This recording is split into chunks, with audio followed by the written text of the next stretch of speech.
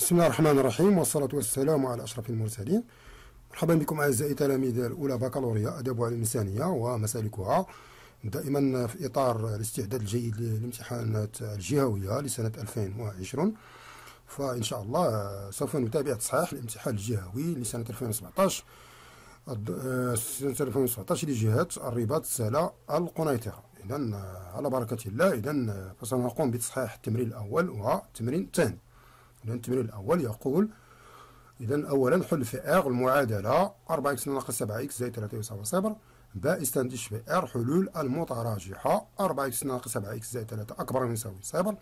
ثانيا حل في R أس 2 النظمة التالية: 3x زائد 2y يساوي 8، 2x ناقص y يساوي 3. التمرين الثاني: إذا كان ثمن معطف هو 700 درهم، فما هو الثمن الجديد لهذا المعطف بعد تخفيض نسبته ب10%؟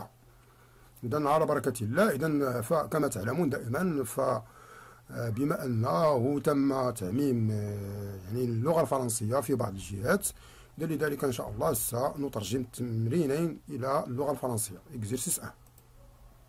Résoudre dans R l'équation suivante: 4x au carré moins 5x moins 7x plus 3 égale à 0. 1b. Résoudre dans R l'équation suivante: 4x au carré moins 7x plus 3 supérieur ou égal à 0. La deuxième question: résoudre dans R2 le système suivant: 3x plus 2y est égal à 8, 2x moins y est égal à 3. Exercice 2. Si le prix d'un manteau est 700 dirhams, quel est le nouveau prix de ce manteau après une réduction de 10%؟ يعني على بركة الله. إذن la solution ديال l'exercice 1. نبداو بالحل ديال التمرين رقم 1. إذن أولا A. إذن résolvons dans R l'équation suivante. إذن لنحل في R المعادلة التالية: 4x ناقص 7x زائد 3 يساوي 0.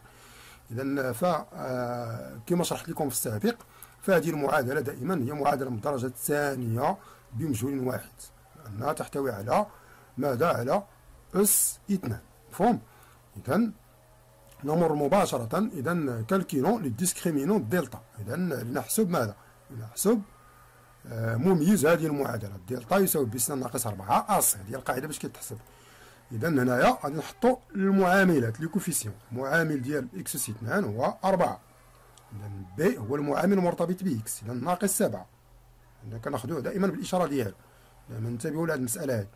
إذن سي هو العدد الأخير اللي هو 3. إذن غنعوضو كل عدد بالقيم ديالهم هنايا في هاد العلاقة هادي. غنحصلو على دلتا تساوي ماذا؟ ناقص 7 بين قوسين أس 2، لأن بي كتساوي ناقص 7. إذن ناقص 4 في ماذا؟ في 4 في 3، لأن هنا أ سي أ كتساوي 4 و سي تساوي 3. إذن ألوغ دلتا تيكالا 49. إذن هنا يجب الانتباه. إذن هذا ناقص كما أشرت لكم في الفيديوهات السابقة. هذا الناقص هنايا مع أس 2 كتحيد هذا الناقص هذا أولا، ثم نقوم بحساب 7 أس 2. 7 أس 2 تساوي ماذا؟ ليست 14، لأن أغلبية التلاميذ يقومون بهذا الخطأ. إذن 7 في أس 2 تساوي 7 في 7 هي 49، أو يجب استعمال آلة حاسبة. إذا ناقص ماذا؟ ناقص 48، لأن 4 في 4 16 في 3 هي 48. إذا 49 ناقص 48 تساوي دلتا كتساوي 1. إذا بما أن بويسكو دلتا ستريكتومون سوبيريور زيرو، بما أن الدلتا أكبر قطعة من صفر، إذا هنايا ملي كتكون دلتا أكبر قطعة من صفر كتكون المعادلة كتقبل حلين. ليكواسيون أدمي دو سوليسيون ديستانكت. العلاقات ديالهم كتحفظوا إكس 1 بحال كتساوي ناقص بي ناقص جذر مربع دلتا على 2 أ. إذا في هذه الحالة إذا هي ناقص 7، لأن عندكم هنا بي تساوي ناقص 7. إذا ناقص مع الناقص هي الزائد هنايا. ناقص جذر مربع 1، لأن قيمة دلتا كتساوي 1.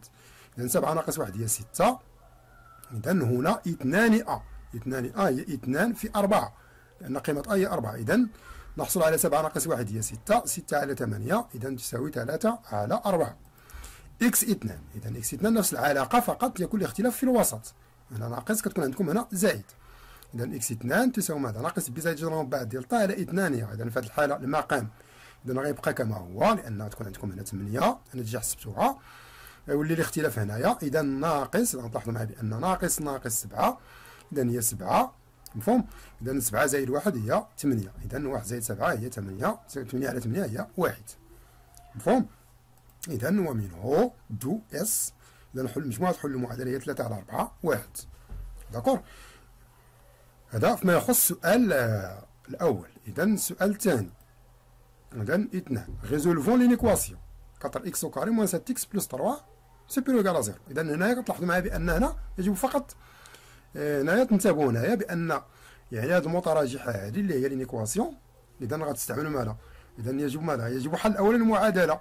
وهذه المعادلة هذه ديجا هذه المعادلة 4x ناقص 7x زائد 3 تساوي 0. إذا ديجا تحلات. لأن باش نحلوا المتراجحة خصنا ضروري نحلوا بعد المعادلة المرتبط بهذه المتراجحة ثم بعد ذلك نستنتج الحل. لأن في هذه الحالة كتلاحظ معايا إذا دابخي لا كيستيون بريسيدونت دونك حسب السؤال السابق. إذا وجدنا أن حلي المعادلة 4x ناقص 7x زائد 3 يساوي 0 وهما ماذا؟ 3 على 4 و1. Donc d'après la question précédente, les solutions de l'équation 4x au carré moins 7x plus 3 égale à 0 sont 3 sur 4 et 1. D'accord? Donc اش غيبقى لكم؟ غيبقى لكم هنا أنكم تحطوا جدول الإشارة الطابلو دو سين. لو طابلو دو سين إي هنا الطابلو دو سين راه كنت شرحتو لكم وعطيتكم القاعدة ديالو ساهل. كتجي هنا كدير إكس داكور. دير هنا الطابلو ديالك على هذا الشكل هذا دائما. إكس إذا ناقص ما لا نهاية زائد ما لا نهاية. هنا كنحطوا الحلين اللي لقيناهم في السابق. إذا في هذه الحالة 3 على 4 مع 1 في الترتيب ديالهم. 3 على 4 أصغر من 1. هنايا كنحطوا ماذا؟ ثلاثية الحدود اللي عندنا هذه كتسمى ثلاثية الحدود. كنحطوها هنا. هنا القاعدة اللي كتطبق عكس إشارة أ بين الحلين. يعني هنا لأن هنا كتكون عندكم صفر صفر لأن هذا حل ديال هذا حل. أن هذا العدد كيتسمى الجذر ديال ثلاثية الحدود يعني الحل ديال هذه المعادلة. وعاوتاني هذا حل ديال هذه المعادلة. داكور؟ دونك هنايا عكس إشارة أ. إذا أ مادام أن أ 4 موجبة إذا غندير هنا ناقص ما تبقى الخانات المتبقية غندير فيهم زائد زائد. إذا هنا الحل ديال المتراجحة ديالنا ببساطة مادام أن عندنا أكبر من يساوي صفر. إذا اش غندير؟ يجب البحث على ماذا؟ الخانتين اللي فيهم الإشارة موجبة. إذا في هذه الحالة الخانتين اللي فيهم الإشارة موجبة محددتين بماذا؟ بهذا المجال. إذا في هذه الحالة إذا المجال ناقص ما لا نهاية إذا المجال المفتوح ناقص ما لا نهاية 3 على 4 مغلق من جهة 3 على 4. لماذا؟ لأن عندكم هنا أكبر من أو يساوي صفر. هنا كانت عندكم هنا أكبر قطعا هنا غادي تحل من جهة 3 على 4. إذا مادام عندي جوج ديال المجالات اش غادي ندير؟ غندير أونيون. هذه كتسمى أونيون اتحاد. إذا المجال الآخر محدد بماذا؟ من 1 هي حتى لزايد منه غادي يكون دائما المجال مغلق من جهة 1 لأن عندكم أكبر من يساوي صفر. دونك هذا هو الحل ديال المتراجحة ديالكم ديال لينيكواسيون. فوالا. دونك لا دوزيام كيستيون دابا غنديرو الحل ديال النظمة ريزولفون دون ار 2 لو سيستيم سويفون. داكور؟ هنا كنت عطيتكم واحد الطريقة بسيطة وسهلة جدا اللي هي ديال المحددة. اون دي غنحسبوا المحددة ديالنا. المحددة اللي كتحسب على هذا الشكل هذا كنشوفوا لي زيكس فين كاينين الاكسات ها هما. العدد المعاملات اللي مرتبطين بهم هما 3 و 2. غنجي هنا نحط 3 2. غنمشي لإيكغيك. إيكغيك هي كاينه هنا وكاينه هنا. المعاملات المرتبطة بها هي زائد 2 هي 2 وهنا ناقص 1. إذا ثم نقوم بالحساب. إذا 3 في ناقص 1 ناقص ماذا؟ القاعدة فاش كتحسب هذه كندير هذا العدد في هذا 3 في ناقص 1 ناقص إذا ماذا؟ 2 في 2. إذا 3 في ناقص 1 هي ناقص 3 ناقص 4 هي ناقص 7. غادي نحسب دابا دي إكس يعني المحددة المرتبطة بماذا؟ بي إكس. إذا إكس فين كاين؟ ها هو. مادام كاين إكس هنايا اش كنديرو؟ كنغيروا المعاملات ديالو اللي هما 3 2 بهادو. إذا كنجي هنا كندير 8 3 داكور؟ يعني ما تيبقاش عندي 3 2 كتولي في بلاصه 8 3. وهنايا هادو كنحتفظوا بهم ديال إيكغيك 2 ناقص 1 صافي. من بعد كندير 8 في ناقص 1 ناقص 3 في 2. 8 في ناقص 1 إذا هي ناقص 8 ناقص 6 حيت 3 في 2 هي ناقص 6. هنا يمكن لكم تحسبوا يمكن لكم تستعملوا آلة حاسبة حيت مسموح بها. ناقص 8 ناقص 6 هي ناقص 14. غنحسبوا دابا المحددة إيكغيك دي إيكغيك المرتبطة بالمجهول إيكغيك. إذا المجهول إيكغيك كاين هنايا. المعاملات ديالو هما 2 ناقص 1 هما اللي غيتبدلوا دابا ب 8 3 داكور. يعني هادو نحتفظوا بهم. إذا 3 2 8 3. إذا 3 في 3 ناقص 2 في 8. إذا 3 في 3 هي 9 ناقص 16 حيت 2 في 8 هي ناقص 16. إلا حسبتي هذه غتلقى فيها ناقص 7. إذا مباشرة دونك القيمة ديال إكس تساوي دي إكس على دي. غنجي مباشرة دي إكس، القيمة ديال دي إكس هي ناقص 14، ناقص 14 غنقسموها على ماذا؟ على ناقص 7. إذا كتلاحظوا معايا بأن أول حاجة ناقص مع ناقص غتختزل، وغتبقى لكم 14 على 7 هي 2. إيكغيك تساوي دي إيكغيك على دي. في هذه الحالة دي إيكغيك لقينا فيها ناقص 7، يعني نكتبها مقسومة على ماذا؟ على ناقص 7، لأن حتى دي كتساوي ناقص 7. إذا ناقص مع ناقص إذا يتم اختزالها كتصبح زائد. 7 على 7 عدد على نفسه كيساوي 1. إذا ألوغ اس إتيكالا لو كوبل دو 1، يعني الزوج، حل النظمة هو الزوج ماذا؟ 2 1. هذا هو الحل ديال النظمة. إذا نمر لي ماذا؟ الإجابة على التمرين الثاني إكزرسيس 2. لا سوليسيون دو ليكزرسيس 2. دونك اش يقول لكم ليكزرسيس 2؟ قال لك إذا كان ثمن المعطاف هو 700 درهم، سي لو بري دان مونطو اي 700 درهم، قال لك كم سيصبح ثمنه إذا تم التخفيض من الثمن يعني الأصلي ب 10%. دونك اش غدير هنايا؟ عندكم قاعدة، غنعطيكم واحد لو رابيل، واحد التذكير هنا. دونك التذكير ديالنا هو هذا: سي لا فالور دون غروندور varie d'une valeur x à une nouvelle valeur y avec proportion, alors donc y est égal à 1 plus p sur 100 fois x dans le cas d'augmentation, et y est égal à 1 moins p sur 100 fois x dans le cas de réduction. نشرح لكم بالعربية. يقول لك هنا إذا تغير مقدار، لأن واحد المقدار معين، يعني ثمن، يقدر يكون ثمن، يقدر يكون يعني شي حاجة أخرى ما يهمناش، العدد ديال التلامات اكسترا. هنا في هذه الحالة الثمن، كنهضروا على الثمن.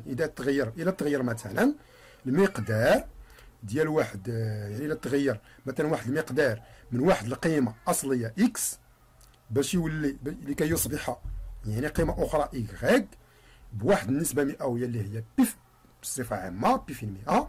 إذا شحال تساوي القيمة الجديدة ديال إيكغيك؟ القيمة الجديدة ديال إيكغيك كتساوي مباشرة القيمة الجديدة ديال هاد المقدار مباشرة شحال كتساوي؟ كتساوي لكم إيكغيك كتساوي 1 زائد بي على 100 في إكس في الحالة ديال الزيادة، ولكن في الحالة ديال النقصان كتساوي ماذا؟ 1 ناقص ديك النسبة باش تغير يعني على 100 في القيمة الأصلية اللي هي إكس في إكس، ولكن هادشي في الحالة ديال التخفيض.